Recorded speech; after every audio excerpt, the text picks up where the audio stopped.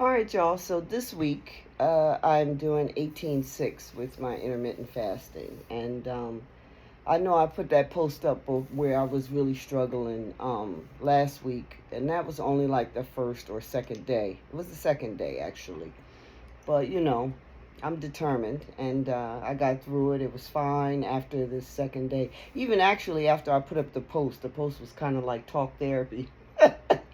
But I got through it, no problem. This week I'm doing 18/6 though, and increasing my strength training and keeping my sugar intake below 40 grams, right? Which is really, really, really hard. That is added sugar, It's not hard to keep my added sugar below 40 grams, but you do have to be conscious that every single thing has sugar in it. Like every single thing that you could possibly eat has sugar in it, especially any store bought kind of stuff. So it really is a from scratch process, because everything out there that you could buy ready made from a store, even vegan stuff, is all filled with so much sugar and salt. It's ridiculous. The key to keeping that waistline tight, right? And keeping your weight down is to make the body burn its fat, its stored fat. The way you do that is you reduce the amount of insulin flowing through the body.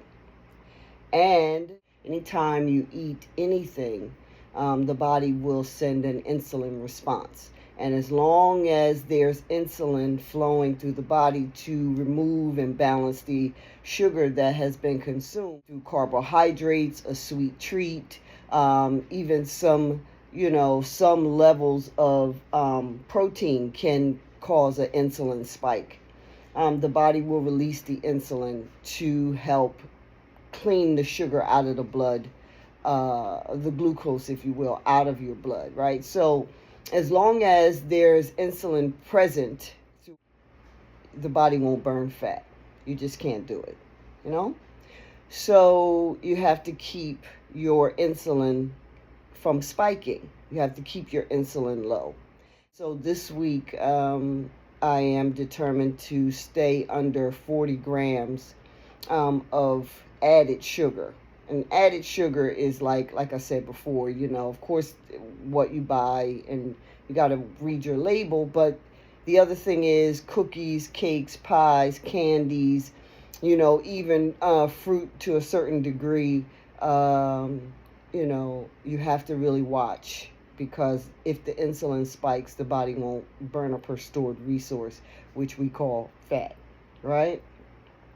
And to put things in perspective, 1 teaspoon of sugar is 4 grams, right? If you're staying under 40 grams, that means that you want to have less than 10 teaspoons of sugar throughout the day. Now, that sounds like a lot by itself, 10 teaspoons, but the average person is eating, something like 40 to 50 teaspoons of sugar a day. That's a lot of sugar, right? Actually, I do a training, when I do a training and give wellness talks for schools or companies or what have you, depending on the package that they have booked me for. There is a process called Rethink Your Drink training, which I share with individuals, and I actually started that probably 15 years ago in the schools when I was teaching the children, about nutrition as a part of the Mama Yoga Wellness Program. And Rethink Your Drink is seeing how much sugar is in one drink. So for one big gulp, let's say an extra large big gulp of ginger ale, has about 60 grams of sugar in it. So 4 divided into 60 is how many teaspoons of sugar. That's how you get that number, right? So 18/6, intermittent fasting. Of course, most of that is done overnight. Stop eating by 7 o'clock. Have my first meal by 1. and then put a 4 hour window between eating and not. And that is really helpful too, because you got to give the body a time and chance to digest what you've eaten. I heard somebody say that they did intermittent fasting and it wasn't helpful for them. I've heard several people say that, not just one person. But I've heard several people say they've tried intermittent fasting and it wasn't helpful for them. What usually happens is, and this happened to me before, so I could speak from experience, is when you intermittent fast, say you've done 18 and 6, what can happen, or even 20 and 4, whatever your time frame is, what can happen is when you start eating, you start eating.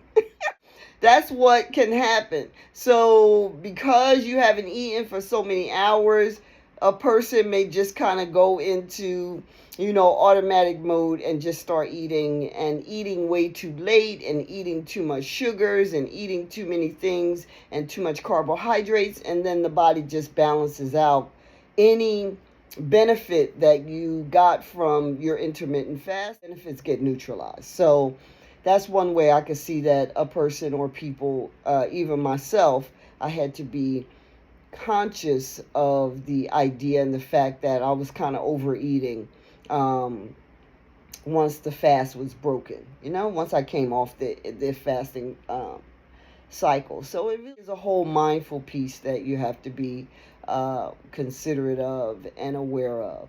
But this week is 18 and 6 is flowing. It seems to be like a sweet spot. What I'm actually doing is prepping for my rolling fast, which are 36 hours. 36 hours feed, 36 hours feed.